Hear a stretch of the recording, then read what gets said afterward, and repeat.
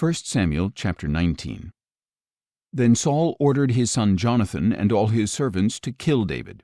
But Jonathan delighted greatly in David, so he warned David, saying, My father Saul intends to kill you. Be on your guard in the morning. Find a secret place and hide there. I will go out and stand beside my father in the field where you are, so I can ask about you. And if I find out anything, I will tell you. Then Jonathan spoke well of David to his father Saul, and said to him, The king should not sin against his servant David. He has not sinned against you. In fact, his actions have been highly beneficial to you. He took his life in his hands when he struck down the Philistine, and the Lord worked a great salvation for all Israel. You saw it and rejoiced. So why would you sin against innocent blood by killing David for no reason? Saul listened to the voice of Jonathan and swore an oath. As surely as the Lord lives, David will not be put to death. So Jonathan summoned David and told him all these things. Then Jonathan brought David to Saul to serve him as he had before.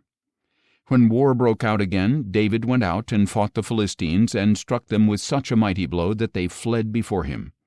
But as Saul was sitting in his house with his spear in his hand, a spirit of distress from the Lord came upon him. While David was playing the harp, Saul tried to pin him to the wall with his spear.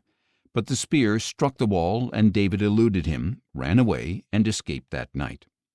Then Saul sent messengers to David's house to watch him and kill him in the morning.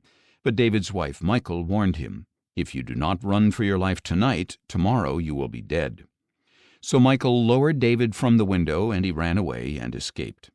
Then Michal took a household idol and laid it in the bed, placed some goat hair on its head, and covered it with a garment. When Saul sent the messengers to seize David, Michal said, He is ill.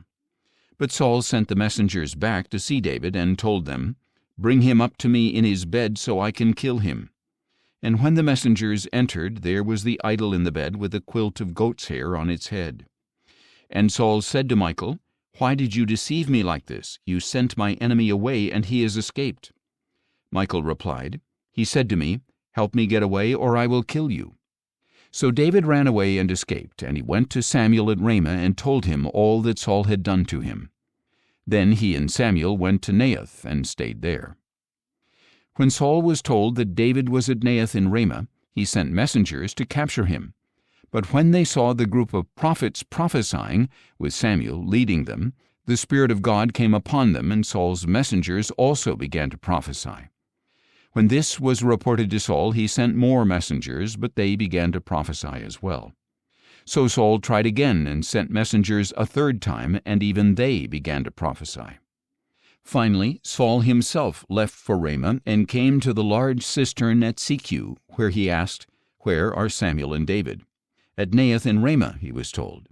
So Saul went to Naioth in Ramah. But the Spirit of God came upon even Saul, and he walked along prophesying until he came to Naioth in Ramah. Then Saul stripped off his robes and also prophesied before Samuel, and he collapsed and lay naked all that day and night.